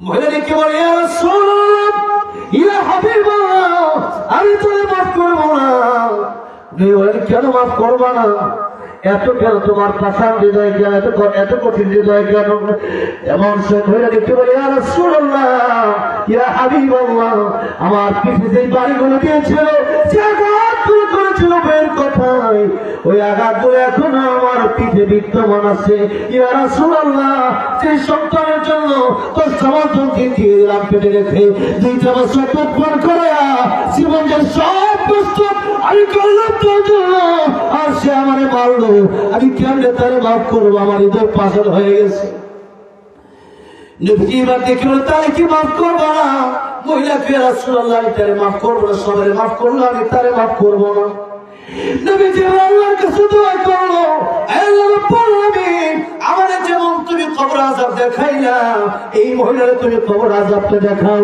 আমার মনে হয় এই মহিলা কবর আযাব দেখলে তার হৃদয়তে একটু হলো নরম হবে আমার আল্লাহ দোয়া কবুল করে নিলেন মহিলাকে যেই মাত্র কবর আযাব দেখে দিলেন মহিলা যেই মাত্র কবর আযাব দেখে ফেলল একটা চিৎকার মারছে ইয়া রাসূলুল্লাহ ইয়া হাবিবাল্লাহ জানি না বুঝি না কবর আযাব যেহেতু কঠিন কবর আযাব যেহেতু মারাত্মক নবী বলেন এক একটা আগুনের হাতুড়ির বারে এত ওজন ওহদ পাহাড়কে যদি বাড়ি দেওয়া হয় পাহাড় যদি একটা বাড়ি দেওয়া হয় উহুদের পাহাড় চূর্ণ বিচূর্ণ হয়ে যাবে আমার আপনার দেহ কত বড় খলিকাল ইনসানু দাঈফা মানুষ বড় দুর্বল আল্লাহ নিজে বলতেছেন মানুষ একটা সাপ দেখলে পর্যন্ত ভয় পায় মানুষ সেই কবরের ভিতরে নিরপেক্ষ সাপ যখন আল্লাহর উপরে পাঠিয়ে দিবি ওই সাপ দুনিয়া একটা নিঃশ্বাস চলে দুনিয়ারে ঘাস জন্মাতো না ধানকে তালুকে গমকে ভুট্টাকে কিছু হইতো না ওই সব কবরের ভিতরে আল্লাহ যখন দিয়ে দিবি, ওই সবচেয়ে আপনি কেমনে বরদাস্ত করবেন, কেমনে সহ্য করবেন? এখনো সময় আছে, কবর আযাবের কথা চিন্তা করে, জাহান্নামের কথা চিন্তা করে তওবা করে ভালো হও। আমার বাবাজিরা মহিলা কি বলে, ইয়া রাসূলুল্লাহ, ইয়া হাবিবাল্লাহ, এত কঠিন কবর আযাব আমি বুঝি নাই, আমি জানি না। ইয়া রাসূলুল্লাহ, এই কবর আযাব দেখে আমি আর সইতে পারলাম না। ইয়া রাসূলুল্লাহ, ইয়া হাবিবাল্লাহ, এই মুহূর্তে আমার সন্তানকে আমি মাফ করে দিলাম, যে মাত্র মা বলছে মাফ করে দিলাম। আমার নবী তাকে দেখতেছে, কবরটার সাথে সাথে জান্নাতের বাগান হয়ে গেছে। মায়ের চোখে ঝরে পানি, আল্লাহর আরশ কাঁপা যায়, কান্দে না যেন মায়, কান্দে না যেন মায়। তাহলে ভাইরা বাবাজিরা, মা বাবাকে কষ্ট দেওয়া যাবে? বলেন যাবে? অমূল্য সম্পদ তারা পৃথিবীতে, মা আর বাবা। তাদের ব্যাপারে আল্লাহ কি বলেন? আল্লাহ বলছেন, ওয়াকাদা রাব্বুকা আল্লা তা'বুদু ইল্লা ইয়্যাহু ওয়া বিল ওয়ালিদাইনি ইহসানা। আল্লাহর ইবাদতের পরে আল্লাহ পিতামাতার খেদমত করতে বললেন, ফরজ করে দিলেন। আর সেই পিতামাতার কথা শুনতে আমাদের ভালো লাগে না। পিতামাতাকে আমরা মূল্যায়নই করি না। পিতামাতার কি দরকার? পিতামাতাকে তাকাবেন মানে কি? পিতামাতা কেমনি খুশি হয় এভাবে খুশি করেন। কেবলমাত্র লা তাআতা লিমাখলুকিন ফি মাসিয়াতিল খালিক। পিতা যদি বলে সুদ খাও, খাওয়া যাবে না। মা যদি নামাজ পড়ার দরকার নেই, এই কথা শোনা যাবে না। সাদ ইবনে আবি ওয়াক্কাস রাদিয়াল্লাহু আনহু যখন নবীজির কাছে কালিমা পড়ে মুসলমান হয়ে গেল, তার মা বলছে, তুমি আবার পূর্বের ধর্মে ফিরে না আসলে আমি খাওয়া দাওয়া পানি সব বন্ধ করে দিলাম। সাদ ইবনে আবি ওয়াক্কাস বলল, মা স্পষ্ট কথা হচ্ছে আল্লাহ রাসূলের বিরুদ্ধে যাবে এমন কোন কথা আমার বলবো না, আমি শুনতে পারবো না। একটা জায়গায় মানা যাবে না, সেটা আল্লাহ রাসূলের বিরুদ্ধে হবে। এই জায়গায় মা বাবার কথা মানা যাবে না। এখন যে ব্যক্তির বাপ মা কাফের, এত কেউ বলছে হিন্দু হয়ে যাওয়া, মুসলমান থেকে ফিরে আসবে, বলবে না? হওয়া যাবে না। ভাইরা বাবাজিরা, বলতেছি না, দোয়া নিতে হবে প্রথমে মায়ের কাছ থেকে, বাবার কাছ থেকে। দুইজন বন্ধুকে বলে পেশ হইতে পারে, তোমার মা বাবার তো খালি ফিরে আল্লাহ ফিরে দিবে না। 2 নম্বর মাজলুম, 3 নম্বর মুসাফির, এই 3 ব্যক্তি আল্লাহ কবুল করে নেয়। আল্লাহ খাতির লোকে 3 ব্যক্তি দোয়া আল্লাহ খালি ফিরে দেয় না। ভাইরা বাবাজিরা, বলতেছিলাম দোয়া তকদীর পরিবর্তন হলে কিসের মাধ্যমে দোয়া করলেন? হালাল যদি খান তাহলে দোয়া কবুল হবে। যদি কি খান? হালাল খান। আর যদি হারাম খান তাহলে দোয়া কবুল হবে না। হারাম খেলে ইবাদতই কবুল হবে না, দোয়া কবুল হবে না। দোয়া একটা ইবাদত, দোয়া একটা ইবাদত না? আর দোয়া মুখল ইবাদত, ইবাদতের মগজ হচ্ছে দোয়া। কি দোয়া? বেশি বেশি দোয়া করা, বেশি বেশি দোয়া করা। দোয়ার মাধ্যমে আল্লাহ তকদীর, মানুষের জীবন পরিবর্তন করে দেয়, মানুষের লাইফ চেঞ্জ হয়ে যায়। দোয়া, নবীজি দোয়া করতেন, তাই কি করতেন? দোয়া করতেন, আল্লাহুম্মা বারিক লানা ফি রাজাব ওয়া শাবান ওয়া বাল্লিগনা রমাদান। নবীজি দোয়া করতেন, আল্লাহ রজব আর শাবানে বরকত দান করেন, আর রমজান পর্যন্ত হায়াত বাড়ায় দেন। কারণ রমজান যে ব্যক্তি পেয়ে গেল, ওই ব্যক্তি ভাগ্যবান। রমজানে কোরআন শরীফ নাযিল হয়েছে, রমজানের দাম আল্লাহ নিজেই বাড়ায় দিয়েছে। আর রমজানের ভিতরে যে রাত আছে, লাইলাতুল কদর খায়রুম মিন আলফি শাহর। একটা রাত ইবাদত করলে, হাজার হাজার মাস ইবাদত করলে যে সওয়াব, এক রাতের ইবাদত করলে আল্লাহ সেই সওয়াব দিয়ে দিবেন। এমন রাত আল্লাহ রেখেছেন রমজানুল মুবারক। আর রমজানের ব্যাপারে আল্লাহ কি বলতেছেন হাদিসে কুদসিতে? আস-সাওমুলি ওয়া আনা জাযী বিহি। বান্দা রোজা রাখবে আমার জন্য, আর আমি আল্লাহ রাব্বুল আলামিন নিজ হাতে বান্দাকে কিয়ামতের ময়দানে পুরস্কার দিয়ে দেব। এই পুরস্কার আমি আল্লাহ বললাম না, যে পুরস্কার একজনকে বলা হলো যে তুমি এই কাজ করবা, তোমাকে মাসে 10,000 দেওয়া হবে। আরেকজনকে বলা হলো এই কাজ করো, মাসে 20,000 দেওয়া হবে। আর মালিক আরেকজনকে বললো যে এইবার যদি এই কাজ করতে পারো, আমি তোমাকে বিশাল একটা পুরস্কার দেবো, আমি আমার হাতের মাধ্যমে দেবো। তখন কর্মচারী বুঝতেই পারবে যে ম্যানেজার হাতে পুরস্কার আসবে না, মালিক নিজে দিবে, তার মানে এটা সাধারণ পুরস্কার হবে না, অবশ্যই এটা অসাধারণ একটা আনকমন পুরস্কার হবে। তখন দেখা যায় মালিক এসে কয়, তোমার পুরস্কার তোমার কি লাগবে? তোমার কি লাগবে? তুমি আমার গার্মেন্টসে কাজ করতেছো 5 বছর 10 বছর, আমার খেতে কাজ করতেছো, আমার বাড়িতে কাজ করতেছো, কি লাগবে কও? কিছু লাগবে না। আরে কও কি লাগবে? বাড়ি গাড়ি কি লাগবে কও, দিয়ে দিব। 5 কাঠা জমি লইলো, তুমি আমার জমি আছে না, 5 কাঠা তোমার দিয়ে দিলাম। এখন খুশি খুশি যে মালিক 10 20 5 কাঠা জায়গা দিয়ে দিচ্ছে। আল্লাহ রাব্বুল আলামিন বলতেছেন রোজা রাখবা আমার জন্য প্রশ্ন কেন নিজেদেরই বর্ণনা দেওয়া হয়েছে ওয়া উজদাবিহি। আল্লাহ বলতেছেন যে রোজার পুরস্কার আমি আল্লাহ রাব্বুল আলামিন নিজেই হয়ে গেছি। সুবহানাল্লাহ, আল্লাহ নিজেই হয়ে যায়। হ্যাঁ বাবা, রমজান মুবারক। আল্লাহ বলছেন সবরি রোজা মানুষ আমার জন্য রাখে। রোজা কেবলমাত্র আল্লাহর জন্য রাখা যায়, নামাজ মানুষকে দেখানোর জন্য পড়া যায়, যাকাত মানুষকে দেখানোর জন্য দেওয়া যায়। নামাজ অনেক নেতা ভোটে দাঁড়াবে, এখন নামাজ পড়তেছে, তার দরকার অনেক ভোট, দরকার কি ভোট। এখন সে নামাজ যখন দাঁড়াবে উজু আসে না, তার খবর নাই, ও নামাজ দাঁড়ায় গেছে। আল্লাহ এরপরে জাকাত দিচ্ছে 200 টাকা বলবে, আমি একসাথে জাকাত কাপড় কিনতে গেলাম, তো জাকাত দেওয়ার জন্য বলতেছে শাড়ি আর লুঙ্গি দেন, হুজুর কোনটা দেব? তো বলতেছে সবচেয়ে কম দামে যেটা আছে ওইটা দেন। চিন্তা করে দেখেন, একজন মানুষের সেই বেকার, তাকে একটা চা স্টল খুলে দেন। একটা মানুষের কোনো কাজ, একটা অটো রিক্সা কিনে দেন, একটা কাজের ব্যবস্থা করে দেন, ভালো কিছু দেন। দিচ্ছেন 200 টাকার শাড়ি রিক্সার প্যান্ডেল করতে গিয়ে লুঙ্গি ছিঁড়ে গেছে 2 দিন পরে। দরকার কি? কেন 1000 লোককে জাকাত দেবো, টেলিভিশনে প্রচার হবে, দেখবে আমার নাম বিশিষ্ট সমাজ সেবক। টাকা আছে, হজ করতে যায় না, এলাকার লোকের হজ করো না কেন? হজ করায় ঠিক আছে, বহুদিন ধরে যায় না, মানুষের জ্বালা এবার হজে গেছে, পোস্টারে কিন্তু লেখবা আল্লাহ জমক। ঠিক না? এই যে দেখেন, তাই আল্লাহ আর সবরি সব ইবাদত মানুষকে দেখানোর জন্য করা গেলেও রোজা মানুষকে দেখানোর জন্য করা যায় না। কারণ সে ইচ্ছা করলে পানি করে ডুব দিছে, 2 ডুব খায় ফেলতে পারে, কেউ দেখে না। কিন্তু ওই ব্যক্তি জানে আমার কেউ দেখে না, দেখে কে? আল্লাহ। দেখে কে? দেখে কে? রোজা এই জন্য ছিল আল্লাহ তুমি তাত্তাকু, বান্দার অন্তরে কেবলমাত্র আল্লাহর ভয় থাকবে। এই একটা আওয়াজ বাড়ি দিয়ে যান যে আমার কেউ দেখে না, আমার আল্লাহ সব দেখতেছে, যা করতেছি সব আল্লাহ দেখতেছে। তাহলে কি এই ভয়টা যদি থাকে, বান্দা চুরি করতে পারে না, ডাকাতি করতে পারে না, সুদ খেতে পারে না, ঘুষ খেতে পারে না, হারাম কাজ করতে পারে না। কেন? আমার তো আমার আল্লাহ দেখতেছে। আমি আপনাকে যত স্পষ্ট দেখতেছি, আল্লাহ তার চেয়ে বেশি স্পষ্ট আপনারা দেখতেছে। আপনি আমার যত স্পষ্ট দেখতেছেন, তার চেয়ে বেশি স্পষ্ট আল্লাহ আমার দেখতেছেন। ঠিক না বেঠি? ভাইরা আমার, বাবা, এই হলো রমজানের শিক্ষা। শাবান মাসে আমরা বেশি বেশি রোজা রাখবো, তওবা করব, আর বেশি বেশি আল্লাহ বারিক লানা ফি রজব ওয়া শাবান অবাল্লিগনা আল্লাহ দোয়া করে রমজান পর্যন্ত আমরা হায়াত আল্লাহর কাছে চাইবো। এই হচ্ছে শাবান নিয়ে এতক্ষণ কথা বললাম। এবার আসুন সামনের দিকে যাই। সামনের দিকে কোনটা? খুতবা শুরুতে। কারণ আজকে আরো আগেই ওই আলোচনাটা সূরা রহমান থেকে আলোচনাটা আরো হয়তো 15 মিনিট আগে শুরু করতাম, তো হুজুর মাঝখানে জিনার বিষয় বলেছে, সেই জন্য এটা নিয়ে অনেক সময় কথা বললাম, যার কারণে হাতে আমার সময় আছে 15 মিনিট। আমি ব্যক্তিগতভাবে সময়কে খুবই গুরুত্ব দিই, খুবই গুরুত্ব। আমি বলেছিলাম 9:30 থাকবো ইনশাআল্লাহ, 9:23 আমি উপস্থিত হয়ে গেছি। আমি কেন দিই? কারণ হচ্ছে যে আল্লাহ রাব্বুল আলামিন নিজেই সময়ের গুরুত্ব দিয়ে সময়ের কসম খেয়েছেন কোরআন শরীফের সূরাতুল আসর, ওয়াল আসর মানে হচ্ছে সময়ের কসম, ওয়াল আসর মানে কি?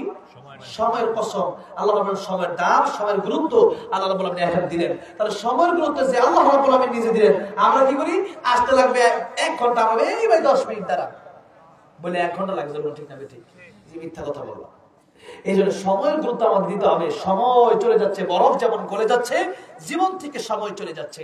ইবনে কাইয়িম রাহিমাহুল্লাহ বলেছেন, পিছনে যে সময় চলে গেল ওটা স্বপ্নের মতো মানুষের, আর যে সময় সামনে আসতেছে ওই সময়টা হচ্ছে মানুষের আকাঙ্ক্ষা। আর নবী বলেন, বনি আদমকে একটা মাঠে সরে দেওয়া হলে সে আরেকটা মাঠ, একটা দুনিয়া দেওয়া হলে সে আরেক দুনিয়া চায়। যেদিন কবরে চলে যাবে ওই দিন তার চাহিদা শেষ হবে, তার আগে চাহিদা শেষ হবে।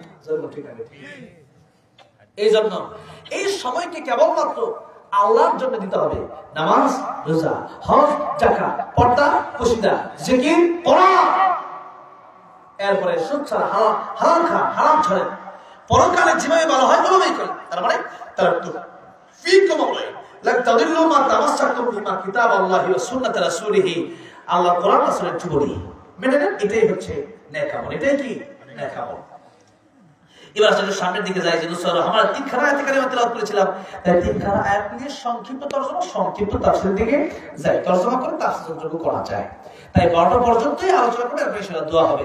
কুয়াশা পড়তেছে মাঝে মধ্যে বৃষ্টির মতো, আজকে ঠান্ডাটা একটু বেশি। প্রথমেই আমি আমার আজকে মাফলার নিয়ে আসলে যে হাতটা একবারে মানে ঠান্ডা শীতল হয়ে গেছে। তো যাই হোক, আপনারা যারা আসছেন তারা তো আলহামদুলিল্লাহ আসছে, যে নাই আসলে কি আর করতাম। এখন সূরা রহমান থেকে একটু কথা বলবে, এই জন্য যেহেতু মাদ্রাসার মাহফিল, তাই এই সূরা রহমানে মাদ্রাসার কথা আছে। কিসের কথা আছে? মাদ্রাসার কথা আছে। এবার আসুন, আল্লাহ তাআলা শুরু করেছেন, الرحمن علم القرآن خلق الإنسان الرحمن দয়াময়, আর রহমান করুণাময়। সে দয়াময় করুণাময় কে? আল্লাহ।